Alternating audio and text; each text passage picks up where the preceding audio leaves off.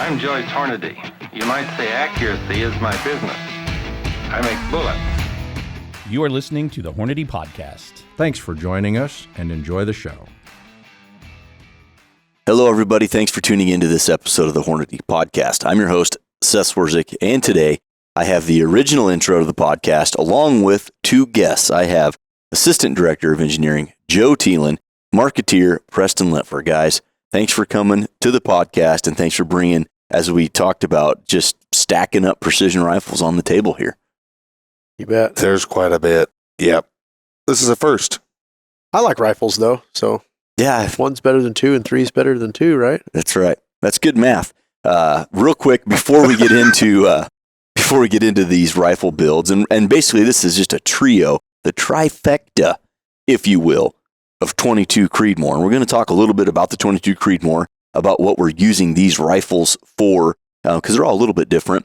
And then we'll walk through the builds, of course. But before we get there, this will air, kind of after trade show season, or maybe right in the middle of it. I do want to call out everybody that came out to Atlanta despite the snow and braved the Dallas Safari Club show. Thanks for stopping by the booth. We enjoyed the interaction. We enjoyed handing out the old Hornady podcast stickers. So that was cool. Again, thanks for stopping, and thanks for, showing us the photos of your animals and your hunts. And it's cool to get out there and interact that first show of the year. So moving forward, 22 Creedmoor. Joe, talk to us about that cartridge and where it lives in the world of physics. And because we were kind of late to the game, if you will, in the 22 Creedmoor. And we teamed up with our friends over at Horizon Firearms. We were able to compromise in some places to get this thing SAMI approved with the right specs. And now we've got some factory ammo to support it available through Horizon Firearms and Texas Ammo. So tell us about the cartridge. So 22 Creedmoor, baseline is it's a super fast hot rod 22. I like it already. Fits in a short action. So when it comes to fast, flat, energy on target, varmint, I think of 22 Creedmoor varmint hunting right away. 22 250, and now you mentioned 22 Creed. It's like that.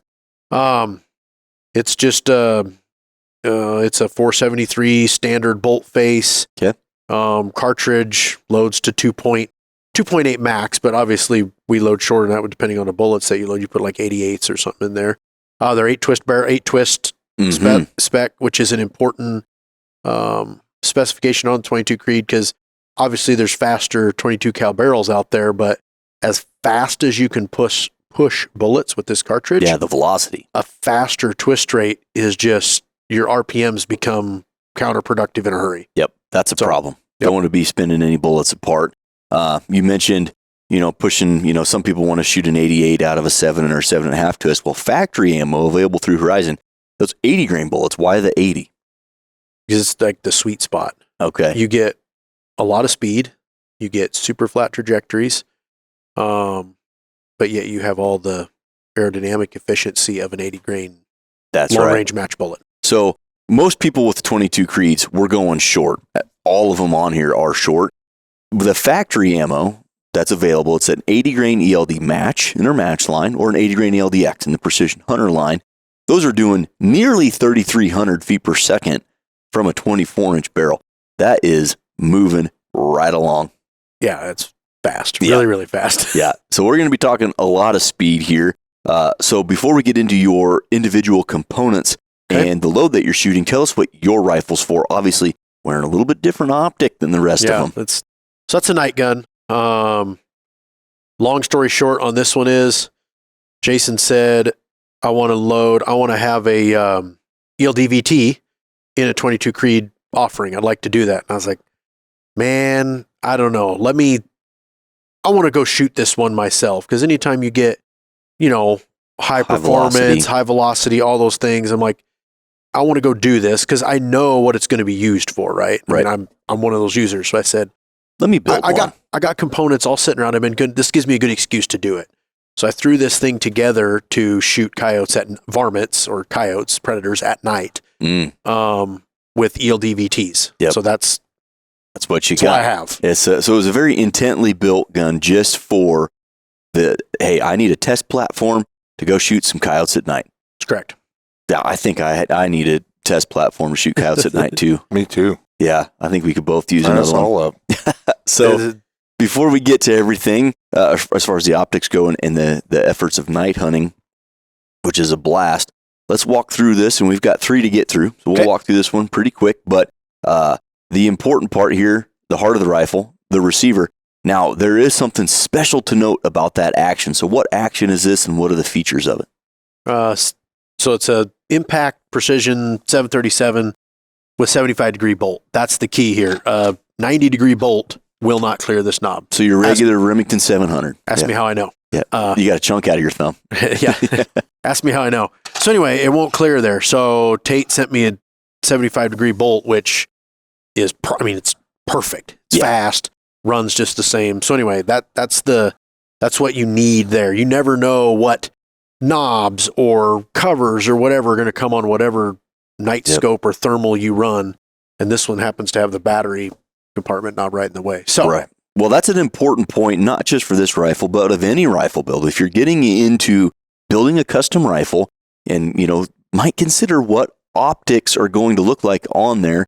I know a lot of people, they'll have a scope, they'll put a throw lever on it, and they'll 100%. roll that bolt back and just smash into it. In this case, these night optics, they come a little bit larger, a little bit bigger form factor, so that 75-degree bolt throw. So if you're an impact action, you can get to 75 degree.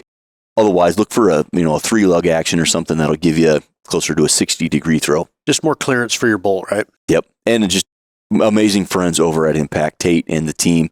They do great work. We use a ton of their action, so it's natural to go with them. Yeah, well, and I had this one. Well, this funny story. Tate got me this one. I was in a jam, but anyway, he's a good dude down there. They fix us up, so I appreciate those guys. Or Street Tater, as Preston calls him. And others. I'm not the only one. Okay. We're both big boys, but I don't want to get into it with him. Yeah. Super nice guy, great company. And attached to that receiver, what do we got here on the end? Long barrel, short barrel? 20-inch. 20-inch. Proof, carbon, 8 twist. Mm-hmm. Pretty much standard protocol for 22 Creed. Obviously, it's got to be short, right? Yeah. Compact. You're going to run a can on it. It's nighttime. You're hunting at night. Yeah. Handiness. It was going to be a 21-inch barrel is all I'll put on a Creed, especially after doing loading and shooting it and everything. You don't need any more barrel. Right. And especially for night hunting coyotes specifically, you want to make it worth your while. You want to be out there for several hours in a row where you're going to make a lot of stands. 10, 20, maybe 30 minutes in a stand, you can move to another location. So you're in and out of a vehicle quite a bit lot. When you're night hunting. So 20-inch barrel makes a ton of sense. Moving to all the way to the end, you got to run a suppressor. I know this one you've had for a long, long time, but you got to suppress it if you're hunting at night. Yes, I don't even hunt with anybody that doesn't have a suppressor at night. It's just, you have to have it. And it makes a difference for hunting, right? Sometimes you're around livestock because that's obviously where the coyotes go to harass the ranchers, cattle or whatever they have. Mm-hmm. So suppressors just make sense in more than just because they're nice, right? Yeah. They make logical sense for what you're doing. And this one, kind of one of your OGs. Yeah, that's an old Gemtech Sandstorm. So that was that's the OG titanium suppressors there. So yeah, a throwback, but equally effective. Going backwards now. What about the cover? Is that a Armageddon gear or Coltac? Yep, Armageddon gear. Armageddon gear, okay. Good looking good up there. And that probably helps with the Mirage for your thermal. Yeah, because with these new thermals, with the field of view you have or the degrees, I can actually see just the top of the can in my screen. That's impressive. So you really need. Now, granted, you're not out shooting. If it was an AR and you're getting them hot, you'd have a nightmare on your hands. But we're bolt gun. What are you going to shoot? 3 or 4 shots, 5 shots, maybe in one stand or one sitting. So that cover works great. And then usually it's cold at night, so they cool off. It's cold right now. Hornady Vmatch ammunition, loaded exclusively with Hornady ELD VT bullets. The low-drag design of the ELD VT bullets provide high velocity retention and minimal wind deflection. Initial offerings include 22 ARC, 6 ARC, 6mm Creedmoor, 6.5 Grendel, and 6.5 Creedmoor. Elevate your varmint shooting experience, shatter records, and make your mark like never before with Vmatch ammunition from Hornady.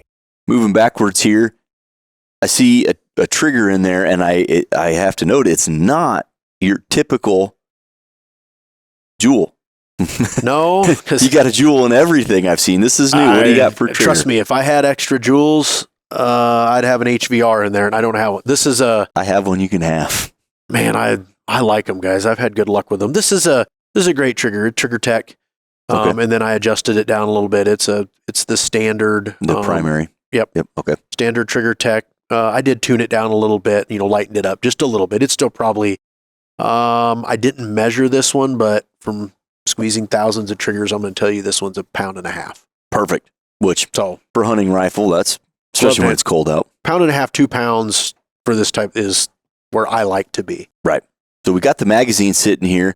What do you got for a trigger guard, and what are you running for magazines? Hawkins bottom metal. Okay, and that's the Hunter. It's flat. It is. Yep. And I have a shorter, that just happened to be the mag that I was using there because actually it works really good for that. But I have a shorter, the Hunting style. Yeah, 5-rounder. That one happens to be a 10. Yep. And these 22 Creeds, they just run a standard AICS. No 100%. fiddling around or nothing. Nope. I didn't even have to monkey with the feed lips on that thing. It just runs. So. Gotta love that. Now, this is the part we've all been waiting for. This is a new stock. Yeah, New to the show. This one's pretty cool. What is this? It is. This is Foundation's new Gideon. John Kyle and Amy. John Kyle sent me this right before Christmas. I had it on order from him, and I got it and decided that's one reason why I put this all together is I finally got the stock. But it is a lightweight shell with his micarta material, and I tell you what, the feel and shootability of it reminds me of my PRS. Oh, really? Centurion, but it's just a lot lighter. So I was impressed. Yeah. I'll put it to you that way. It works great. I really, really like it. I want to let my kids and my wife shoot it just for ergonomics and see how their hands do, but I really liked this stock. It's a really good stock. And listeners, it's super stiff.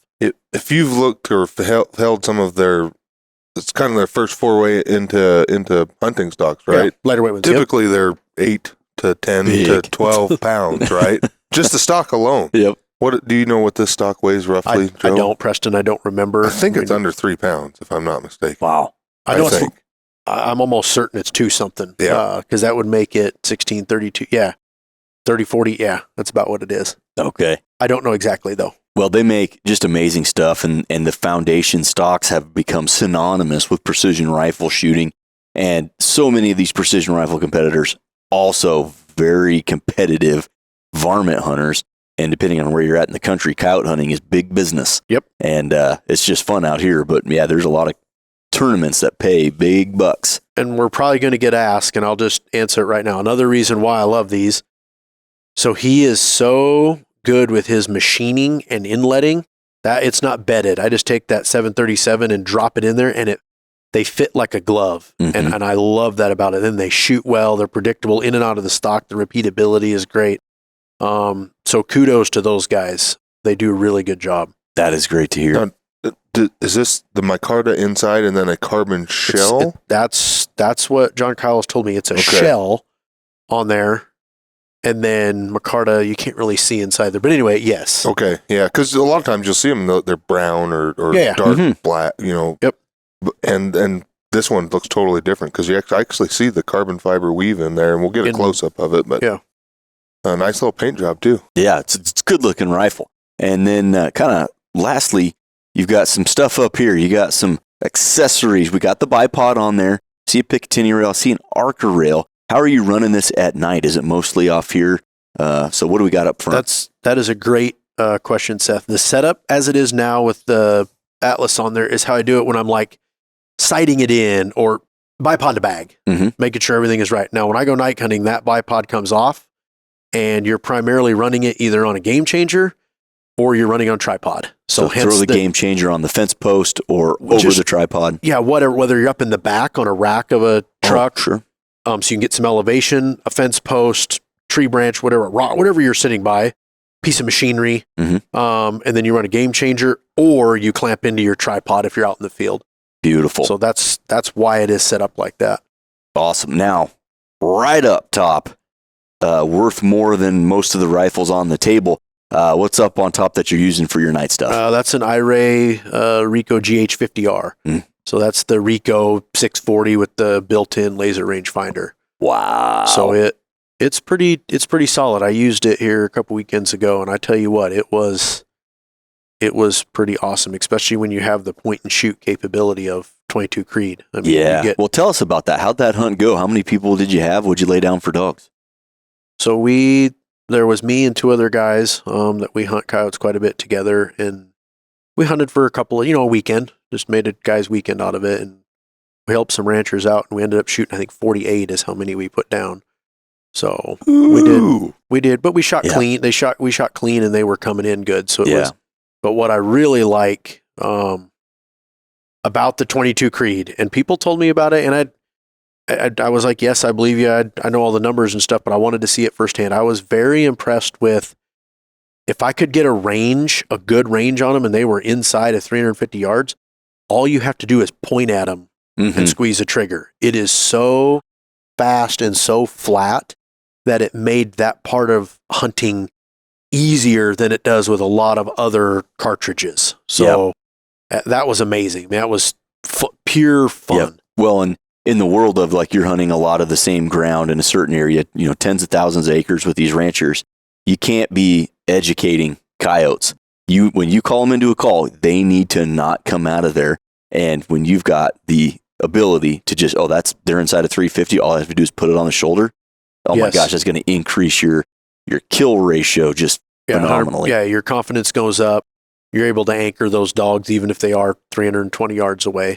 And look, we try to call them in and shoot them at 30 yards, right? Oh yeah. But there are times when there's a lot of multiples at night, and you will end up getting shots that are 350 away, just because that's the nature of how many coyotes come in, or where they stop, or they hang up, or whatever it is, especially on smarter dogs. Right. So got the setup. It looks good. Obviously, it functions good. The thoughtfulness of going with a shorter bolt throw so you could clear the optic, the suppressor, all that. What kind of performance are you getting? You said you're going to hand load those VTs. What kind of performance are you getting from a velocity standpoint? So I monkeyed around a lot, Seth, and I settled on reloader 15.5 with the 62s, and I'm running them out of this gun. They're right at 3,700. So they are blistering. I mean, they're smoking. And I loaded it with other powders, and I mean, I'll be honest with you. I ran it up till I felt the bolt, and I looked at my cases and stuff. And then I come off from there. So you could run it faster, but I am a person where I just do not like to push pressure limits. Accuracy wise, obviously, it sounds like it's bullet on top of bullet. It shot really well. I mean, it's a sub-minute with a thermal. It's a sub-minute gun, almost on demand. Yeah. Which, I mean, obviously, I shot groups that are way better than that, but I'm not going to. Oh yeah, it's a quarter-minute gun or a half-minute gun. It's not that, but it's a minute. It's under a minute gun. That's impressive. And with the thermal, the capability, and with the amount of coyotes that are out there, it sounds like this match made in heaven. Yeah, ranchers, they really appreciate it when you come. If they've got cattle and calves or calving, they really appreciate it when you can roll in there at night. And, you figure you roll into a guy's place and you knock 10 of them down right around there. Did you put a big dent in them? No. But did you at least get the ones that were right around his place? Mm-hmm. Absolutely. Yeah. Yep. So. Will more move in? Yes. And then you'll be there again. Yes. Yes, we're going to crown there, but you win twice. So and knowing they're just not worth anything now, so there's not as many people hunting them, and the numbers are there's a lot of them that they need to be checked down a little bit. So you're happy to do it. I try to do my part. Great job, Joe. Thanks for sharing this wonderful night rig 22 Creedmoor. With that, let's take a brief intermission, and we'll swap this gun out. You can have access to the Hornady Handbook of Cartridge Reloading at your fingertips wherever you are with the Hornady Reloading Guide app available for iPhone and Android. Check it out today. We're back with another handsome 22 Creedmoor right here. Now this one, not wearing a night optic, but a good-looking gun. Preston, you built this gun very recently. What's the purpose of your 22 Creedmoor? Daytime varmints. Daytime varmints. Prairie dogs. Yep. Okay. Absolutely. So my thermal was on here, and that's a 22 arc in the AR-15. that was wearing a rangefinder on the side of it. Yeah, the Vortex. Range Joe's finding. is in with his thermal, but mine's on the side. It's a little bit cheaper thermal optic. It's in 22 arc. So with this flat shooting guy, I don't have a rangefinder right on it, and I'm not too worried about it, to be honest with you, in the daytime. Because if they're over the point where I need to adjust, I can probably slip my binoculars out. Oh, yeah, 100%. So this is a daytime coyote and prairie dog. Beautiful. All right. And so we really haven't had a whole lot of time for you to even shoot this thing. This barrel, I bet that anise-seas is still on your hands. Let's start the build off like we start every build off. What did you go with for an action? Well, everybody knows. Everybody knows, yeah. Yeah. This is a Zermatt Origin. It's one of two that I have that I love. The one lives as a 6.5 PRC 18-inch. That's been on the show. And this is the one that I play around with. Excellent. And we love those actions. They're affordable, incredibly high quality. It's the hometown teen right here in Nebraska. So you went with the Zermatt Origin, interchangeable bolt heads. You could make this whatever you want. Well, this was a 22 arc bolt gun before this. Okay. So I did have to swap the bolt head. Yep. And then, in the office, we've got a host of TL3 prefits, and I can run a TL3 prefit because it's got the Hunt's Long Range recoil lug on it, which allows me to use TL3 prefits instead of Origin prefits. Yep. Keeping it simple so everybody's kind of running the same barrel. Speaking of barrels, what's out front here? This is a Proof Research Bull. That's a bull barrel. This is cocky looking. Look at this thing. It is. Yeah. Can't even tell the cans on it. Yeah. Carbon fiber. It was actually very hard to get that suppressor cover on there. Yeah. Let it tight. But so I saw that they had been doing a few bowls. I saw one out in the wild, and I'm like, I'm gonna have one of those. So they only offer it in a few calibers and twist rates and lengths. So the one that jumped out the most to me was 22 caliber 8 twist. So being an 8 twist, I wanted to go 22 Creedmoor. Yeah. What's the length on this thing? Finished her off. About 19. About 19. So it started out as it was going to be a 20, and something happened when it was getting chambered. I don't know if the pilot got loose or something, and we had to lose a little bit of length. Yeah. But we and a reamer as it was. Yeah, and we made it out to about 19. Yep. I'll bet you're not too upset about that. No, 1 inch, actually, if they would have had an 18-inch, I probably would have bought it. Yeah. So the Proof Research, the full bowl, just looked super cool. And we'll talk about performance, although you're kind of right at the beginning here of it, but it looks cool. We know it's going to shoot well, and you're going suppressed. Yes, my Thunder Beast Ultra 7 is under there. Okay. With the Area 419 adapter.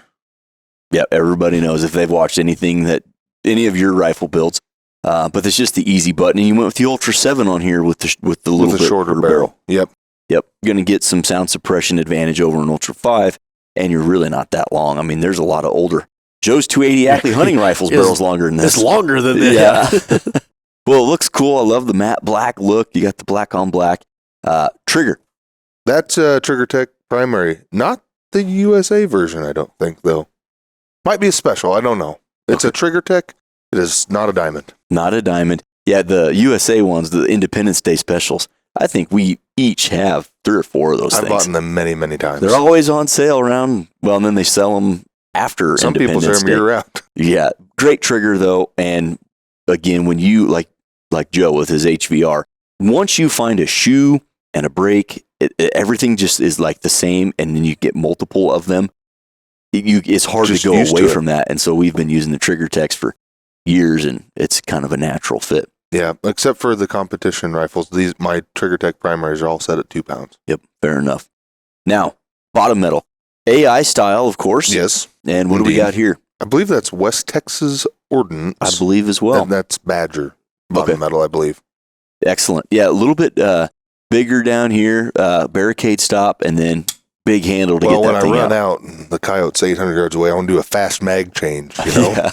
And you went with the full. You put a full Arca Yeah. on yours. Yeah, 13-inch area 419 Arca rail on there. Yep, with So the I've got the barricade Arca stop. And we use Arca, Arca, just like it's the only thing out there for bipods, for tripods, for everything. So it's natural to have a full length rail. Yeah, And they're set up so that on a flat bottom Manners, they're just set up so well that the rear screw becomes the action screw. Mm-hmm. And then you could really only have one or two sling swivel spots, and then Bob's your Yeah. uncle. You don't have to add T-nuts or anything. I've put in plenty of T-nuts over my lifetime, so have you. But Yeah. this one worked Varying out degrees nice. of tools used. Well, yeah. Drill I use press, a Forstner bit mill. and a hand drill, Well, there's a right way to do it. And and then my way. but you mentioned the stock, you mentioned the Manners. What stock is this? That's your classic EH1. Oh, yeah. This has got, I believe, a 13.5-inch length of pole. This used to be belonged by our main man, Miles, and Miles we trust. Yep. And then he wanted to move along from it, and I said, well, let's get that. It's kind of my wife's favorite color. Yellow's her favorite color. And it's got a shorter length of pole. Turns out I can shoot it pretty good, too. Yep. Sorry, honey. This one's mine. But that has been opened up dramatically. Yeah. I've bedded it my way, Mhm. and then I opened that up by hand. Yeah. So we'll talk about each of those things. So number one on the opening up by hand, this is a full bowl, kind of uncontoured here. I encourage you to get a 1.25-inch ball end mill and then just pull it out and call it a day. He had You can do that. chunk of barrel with some emery paper, and Oh he my walked it out gosh. by hand and then would assemble it. Oh, yep, right here. And then he'd assemble it. Oh, yep, I got to go right there. It's called fitting. Yep, did a great job. You did do a great job. He looked like he got done finishing some drywall. Yeah, all the dust, it was a little dusty that in there. scene in Ace Ventura when Nature Calls when he's Oh, when dusting his for prints. fingerprint. Yeah. It's impressed.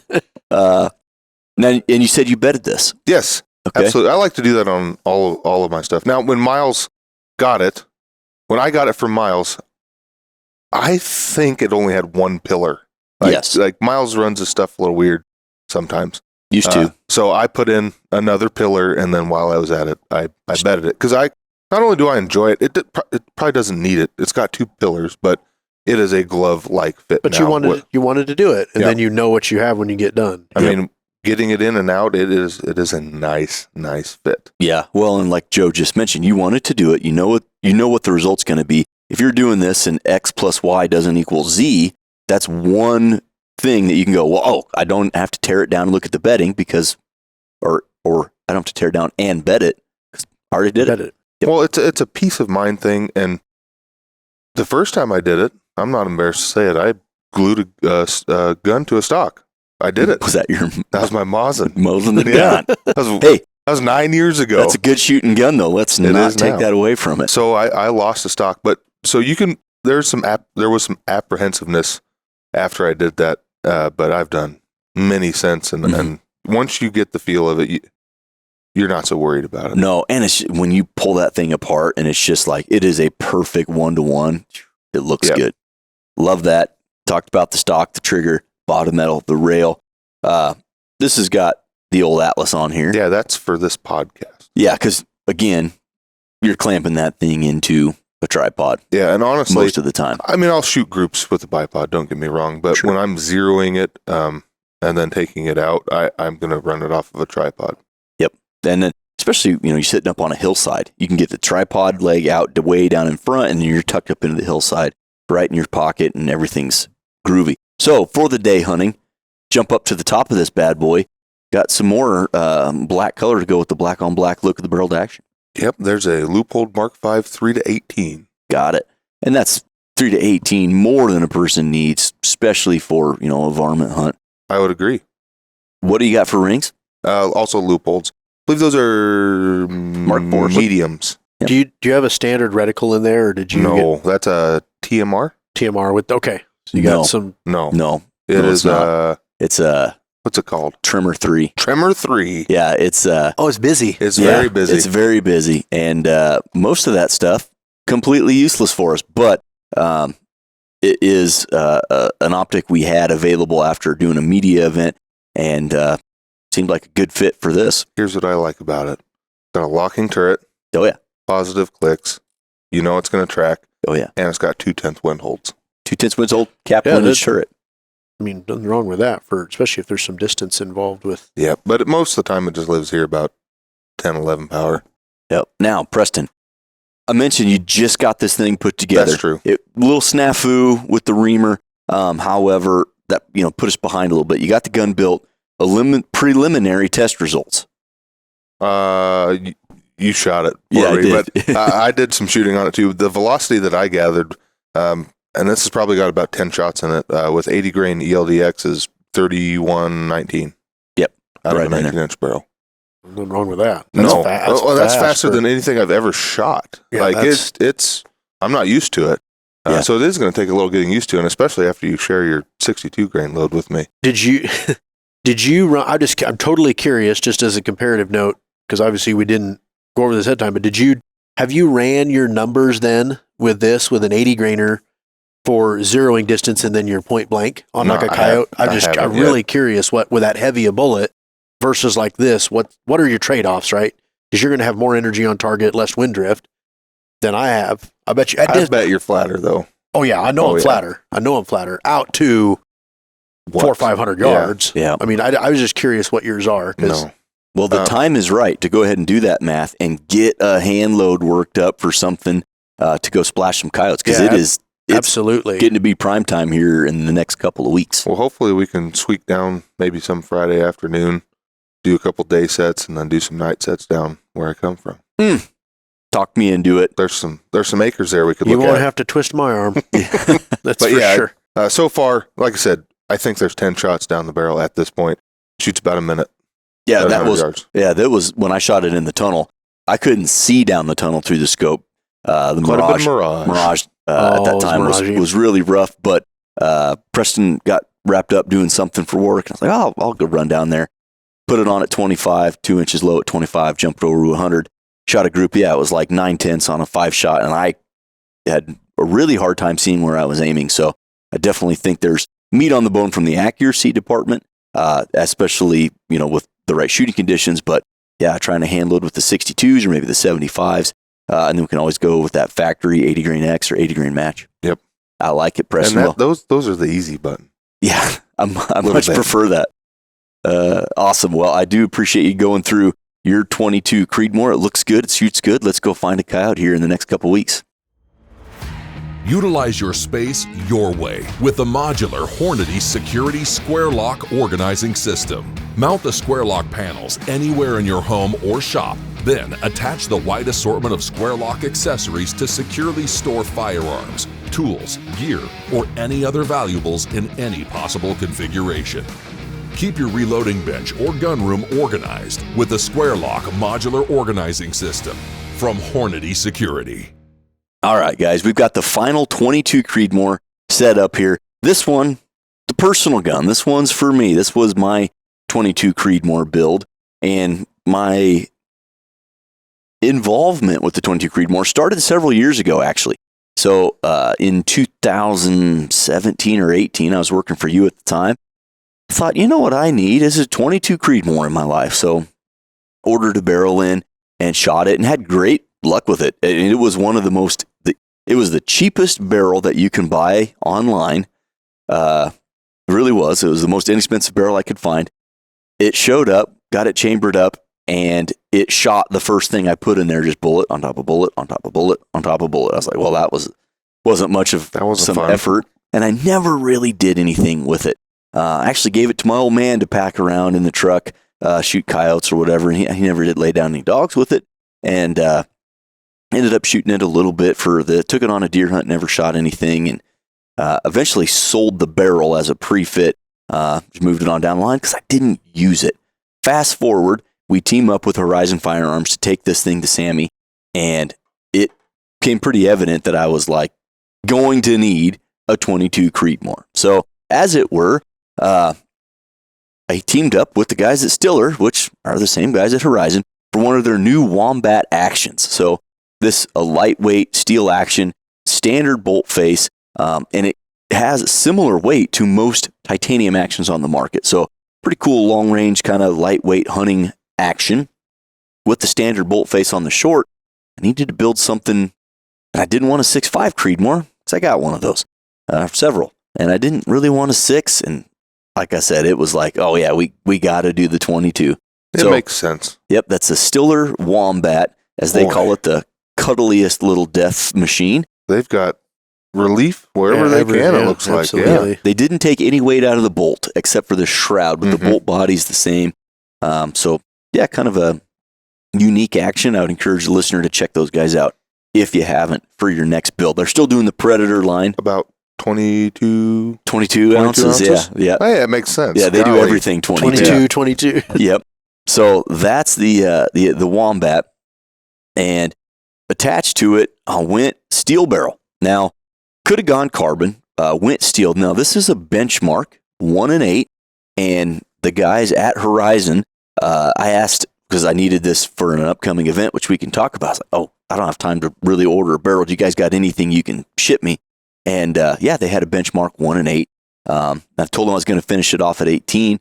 And Derek, president over there, he called me and said, hey, I'll get that barrel on the way for you. Mind if I flute it?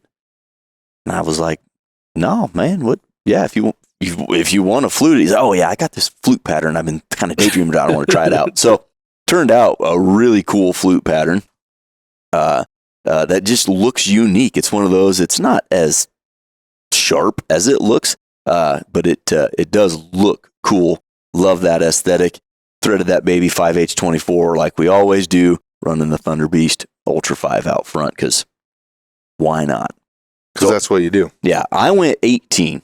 And knowing 18, that the 22 Creed has all that velocity, it was just a natural thought to me. Like, well, if I have all this velocity to spare, let's spare it. Let's go short. Because, man, that is, and with that little can, that is short. Yep. I love it for that reason. And, is it the quietest setup in the whole world? Probably not. But out there shooting, you wouldn't know it. The Thunder Beasts are great cans anyway. And then when you're outside, it's really, really not bad. Well, to speak to that, before I put the can on, I shot it with a 2-port brake on the end of it.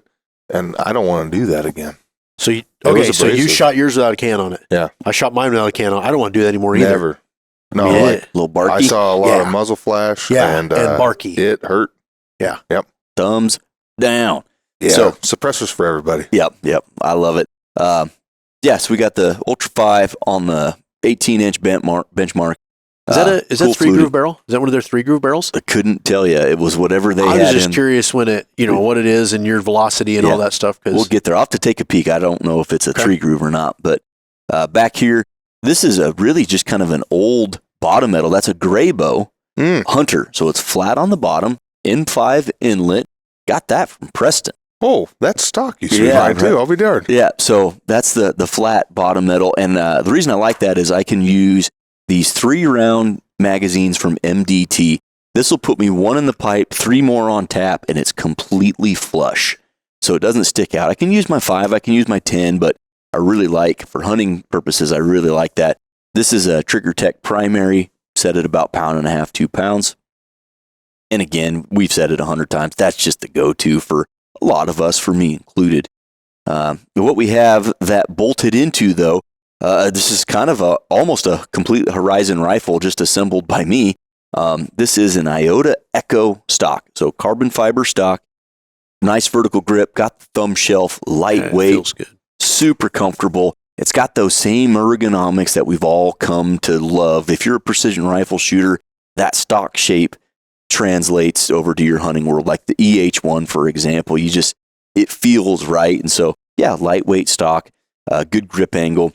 Up front, 4-inch Arca rail, because I have to have the ability to clamp into a tripod. It's become a crutch more than a tripod, because I default to that so often. And you'll see here, this is a classic Harris SBRM 6-9. And I don't need a bigger bipod. A lot of people will run the tall 9 to 27s and the MDT double or triple poles. If I can't shoot off of a 6-9 bipod, going in the tripod. And I just gravitate to that so often, and I use them on so much of my hunts. So Arca rail, non-negotiable. Picatinny up here for the old Harris.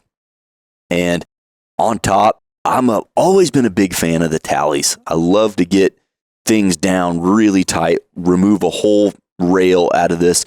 So these are the tallies. These are mediums, 1 piece, and that's wearing the Vortex Razor HD LHT, the 4.5 to 22, first focal plane, great reticle, locking turret, capped windage, everything I want in a long range scope, or specifically in a hunting scope, which is mil, first focal plane. 4.5, probably good field of view too. Oh yeah. And razor glass. Yeah. You don't have to sacrifice anything there. It's a great fit. And this rifle, much different than your guys, because I built this to shoot bigger game animals. And I'll shoot a coyote. I'm not scared to do that. And I'll lay down some prairie dogs. But actually took this gun to Africa. And we shot some bigger game, some plains game. Shot plains game with it.